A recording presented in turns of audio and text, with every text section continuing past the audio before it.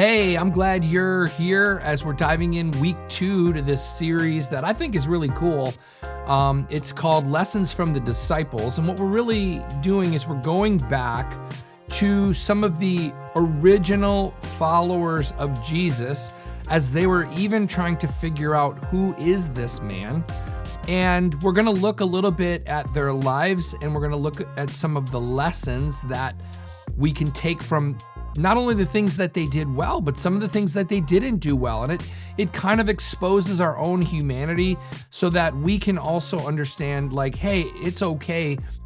We're all trying to figure out how we live this life in 2026. It's not easy. So the purpose of this really is I feel like oftentimes the further away from the source that you get, oftentimes it gets clouded. And I think religion oftentimes does that. Religion causes us to focus on things that aren't really necessarily that important, and we get hung up on things, and it creates division instead of really keeping it focused on what's truly important. It's like this game we used to play. I've worked with youth for many years. Kind of how I started really ministering to people was middle school and high school kids. And we used to play this game called the telephone game.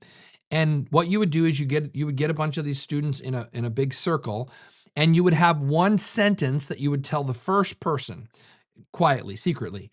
And then the goal was that person had to communicate to the person next to them that sentence, who would have to communicate to the person next to them, right? Whispered in their ear until it gets all the way back to this person right here. And the amazing thing about that game is when that sentence went around, got to this person, it was never even close. It was like, did you even hear the same thing that we told this person? And it's sort of like that when it comes to figuring out, like, what was Jesus actually trying to communicate to them? What were they actually doing? What were they actually receiving? What were their motives? So we're going to kind of continue to unpack that a little bit as we go. So last week, I began and I said, well, before the 12 disciples, there was this guy named John the Baptist who was foretold in the Old Testament that this was going to happen, that he was going to make a way for Jesus. So he was preaching this message of repentance and baptism. And we learned that John the Baptist is not the same as John the disciple. John the Baptist came before Jesus, then Jesus comes on the scene.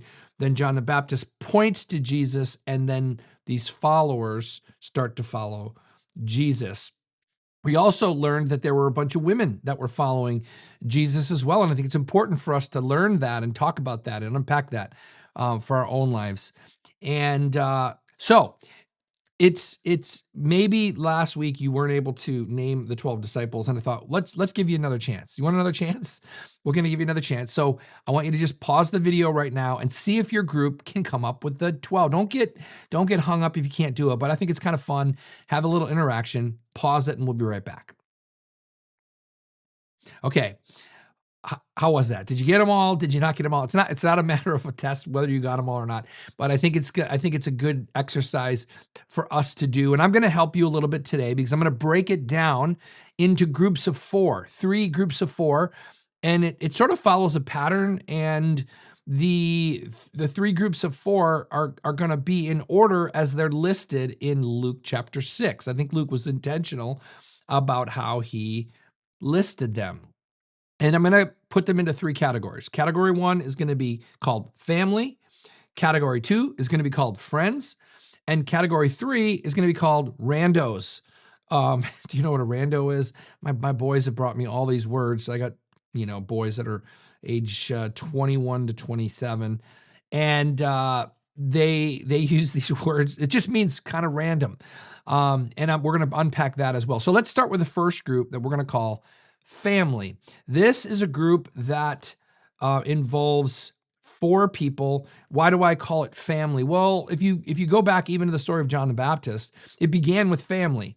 Mary, the mother of Jesus, is related to Elizabeth, the mother of John the Baptist. So it all started with family. In fact, the first disciples that we hear about, the first 4 are brothers. Andrew and Peter, James and John. Kind of interesting. The parents of James and John are Zebedee and Salome, and it appears that the families of James and John and the families of Andrew and Peter were both in fishing together, and they were probably in close proximity, helped each other out from time to time. So they were already in some kind of familiar relationship. The second group of friends, and by the way, we're gonna unpack those disciples a little bit more in a future talk because there's a lot more about them. So let me move to the second group, which I'm calling friends. Why am I calling them friends? Well, it starts with Philip, and there are actually 4 different Philips named in the Gospels. You're like, what? I didn't know that. Well, 2 of them are followers of Jesus, and 2 of them are Herod. Herod was a ruler in the Roman government. One of Herod's, 2 of them are Herod's sons. So we're going to put them aside. Now you got 2 followers of Jesus. Well, one Philip is one of the original disciples, original 12 that followed Jesus. And the other Philip, they kind of call Philip the evangelist. He was one of the men that was chosen later on in Acts to help in the distribution of food and care to the poor and the widows and that. So we're gonna that's the distinction. So let's talk about Philip the disciple, and we're gonna start off with where it talks about him in John chapter 1, verses 43 through 45. The next day, Jesus, decided to go to Galilee, and he found Philip. And Jesus said to him, "Follow me." I love the simplicity of that. Jesus found him, said, "Follow me." I guess when the Messiah says that to you, you just pick up and go. Now, Philip was from Bethesda. Does anybody remember a talk I did on Bethesda, the pool of Bethesda, where people washed and thought it was going to make them well? Kind of interesting connection there. And it also says the city of Andrew and Peter. So a lot of these people were from the same place. Philip found Nathanael and said to him, "We have found him of whom Moses wrote in the law, and the prophets also wrote, Jesus, the son of Joseph from Nazareth." So Philip has this encounter with Jesus. He's excited, and he goes and tells his buddy, his friend, Nathanael. Well, I love that it starts off, Philip starts off with telling his friend, the guy he's doing life with. In fact, there's a little bit more when some Greeks in, I think it's John 12, when some Greeks come to Philip and want to see Jesus, Philip tells Andrew, and the 2 of them go and bring those Greeks to Jesus. We don't have a whole lot of information about him, but we know that he was willing to tell his friends about the Lord. The invitation he gives to his friend Nathanael, and some of the confusion that sometimes people have about naming the disciples, is he's also known as Bartholomew. And the reason why is in those days they would say your name and then they would say, well, whose son is he? And so it was Nathanael Bartolome, son of Ptolemy. So Bartholomew. You see how it happens? Like the telephone game. Like people just shorten things, and then it becomes a nickname. So what do we know about Nathanael? I think Nathanael is very interesting, and I think maybe we can relate. Here's the story. When Philip tells Nathanael, "Hey man, we have found the one talked about, right? The Messiah." Nathanael said to him, "Can any good thing come out of Nazareth?" So let's unpack Nazareth. What is Nazareth? Well, Nazareth was this small, remote hill town of really no significance at all. Nothing sophisticated or glamorous came out of this place. It was kind of just a plain city. You know what I'm saying? And so Nathanael's like, "Can anything good come out of Nazareth?" Philip said to him, "Come and see." See how Philip just was like, "Hey man, like I don't know, but like, why don't you come and see for yourself? Experience it for yourself." Jesus saw Nathanael coming to him and said of him, "Behold, an Israelite indeed, in whom there is no deceit." Nathanael said to him, "How do you know me?" Like Jesus was calling out something that he saw in him. Jesus answered and said to him, "Before Philip called you, when you were under the fig tree, I saw you." Wow, that's amazing. Nathanael answered him, "Rabbi, you are the Son of God. You are the King of Israel." Jesus answered and said to him, because I said to you that I saw you under the fig tree, do you believe? You will see greater things than these. Interesting that many of you have probably heard the disciple called the doubter Thomas, right? The doubting Thomas. Why don't we call Nathaniel the doubting Nathaniel? I mean, he was like skeptical or the skeptic or something like that, right?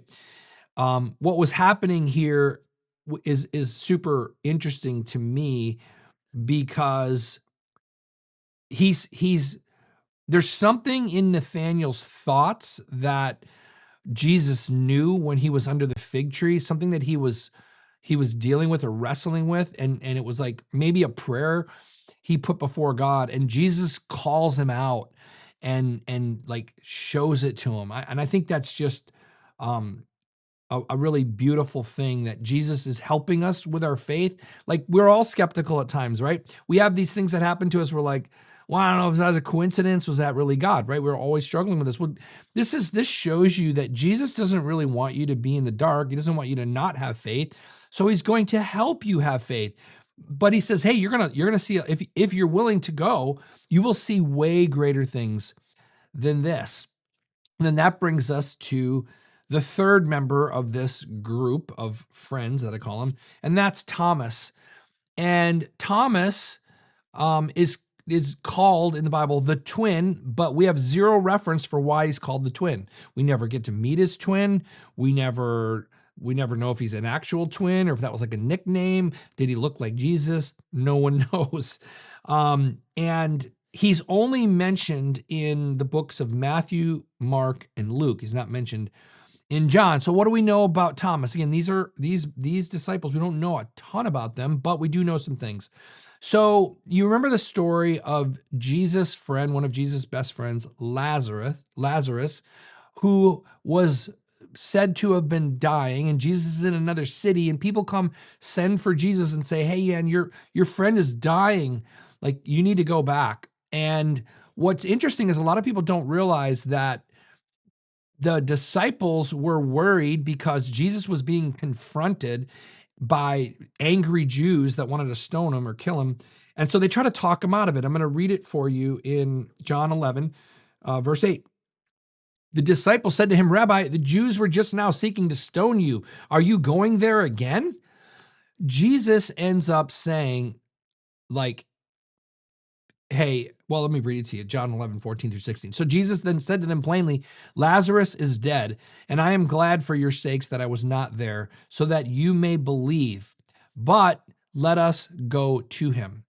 Therefore, Thomas, who is called Didymus, the twin, said to his fellow disciples, let us go so that we may die with him. So that doesn't sound like a doubting Thomas to me. This sounds like somebody who's ready for a fight. Thomas is like, come on, let's go die with him. So they were prepared to risk their lives. Tells you a little bit more about Thomas than maybe you understand the doubting part. This is where also it comes in, this verse. You've heard where Jesus said, I am the way, the truth, and the life. Well, this is with an interaction of Thomas, and I'm going to read it to you. It says this, in my Father's house are many dwelling places. If it were not so, I would have told you, for I go to prepare a place for you. If I go and prepare a place for you, I will come again and receive you to myself, that where I am, there you may be also. And you know the way where I am going. Well, Thomas said to him, Lord, we do not know where you are going. How do we know the way? Jesus said to him, I am the way, and the truth, and the life. No one comes to the Father but through me. See, Jesus was showing us, if you understand the book of Genesis, and there was this man named Jacob, and Jacob wrestled with God. God was trying to use Jacob for his purposes, and he wrestled with God. And he has this vision that is recorded in Genesis of this ladder going from earth up and down, up and down to heaven. And this ladder was a staircase or a ladder going up to heaven. And they call it Jacob's ladder. And Jesus is establishing right here that that he is Jacob's ladder. He is the one that makes the go-between where we were separated from the Father. He's the ladder that makes a way for us to have restoration to the Father. So he is the way, the truth, and the life to be restored to your original purpose to be a son or a daughter of the Most High God. Where we get the whole doubting Thomas thing comes when Jesus appears to the disciples. He's in a closed room and he shows them his wounds. And Thomas, for some reason, is not there. Have you ever thought about, like, why wasn't he there? Where did he go? But when he returns, maybe he was going through a crisis of faith. Maybe he was having a doubting moment. Maybe he wasn't a doubting guy in general, but he was having a crisis of faith. That happens to all of us at times. Doesn't that happen to you at times? You have a crisis of faith. So when Thomas comes back, but Thomas, one of the 12, called Didymus, was not with them when Jesus came. So the other disciples were saying to him, "We have seen the Lord." Like, he was here. But Thomas said to them, "Unless I see in his hands the imprint of the nails, and put my finger in the place of the nails, and put my hand into his side, I will not believe." It's kind of sad, right? Because it kind of reflects two things. Thomas didn't believe his friends. His friends were trying to help him. His friends were trying to tell him, like, hey, man, like, this is the way. Don't we do that sometimes? We have good friends. They're trying to point us in a direction. They're trying to tell us something, and we don't believe them. But also, he didn't trust God. He didn't understand. He didn't know the way. And you could say, well, man, that's really bad. You know, I'm sure Jesus was really disappointed. Like, shouldn't he have some consequence for not believing? Well, didn't he walk with Jesus? Didn't he understand? Well, let's find out what Jesus actually does in John chapter 20. After 8 days, his disciples were again inside. So Thomas has now got to wait a little over a week. And Thomas with them. Jesus came, the doors having been shut, and stood in their midst and said, "Peace be with you." I love that. Jesus offers us his peace. Then he said to Thomas, "Reach here with your finger and see my hands, and reach here your hand and put it into my side. And do not be unbelieving, but believing." Thomas answered and said to him, "My Lord and my God." Jesus said to him, "Because you have seen me, have you believed? Blessed are they who did not see and yet believed." Well, this is a beautiful picture of who God is, because Jesus restores Thomas. He doesn't rebuke him. He doesn't, like, chastise him. This is the same thing we're going to learn when we see how Peter made some mistakes and denied God as well, and how God graciously restores us back. We just have to be willing to come back. And this is for us also a lesson, because Jesus is pointing out here, like, hey, you guys actually got to see and believe, but how blessed are those people that are going to come after you that don't get to actually physically see and still believe? That's us. That's a blessing. Blessed are you who did not see and yet you believed. There's a blessing for all of us to live in that. The final person in this group is a man named Matthew. He's also known as Levi. The name means gift of God. Now, Matthew's a unique character. We're going to spend a little more time on him. So I'm going to kind of wrap up this talk, give you an opportunity to talk about these other guys, the guys I got in the category of family. But real quick on Matthew. Matthew is one of the men that wrote one of the Gospels, and his gospel ends up being the longest gospel.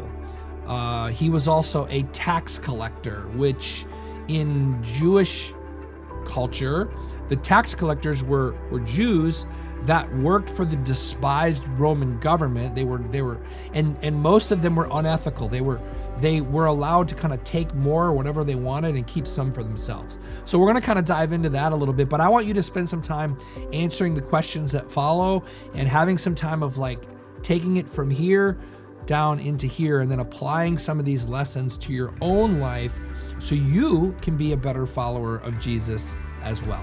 God bless you and enjoy your time together.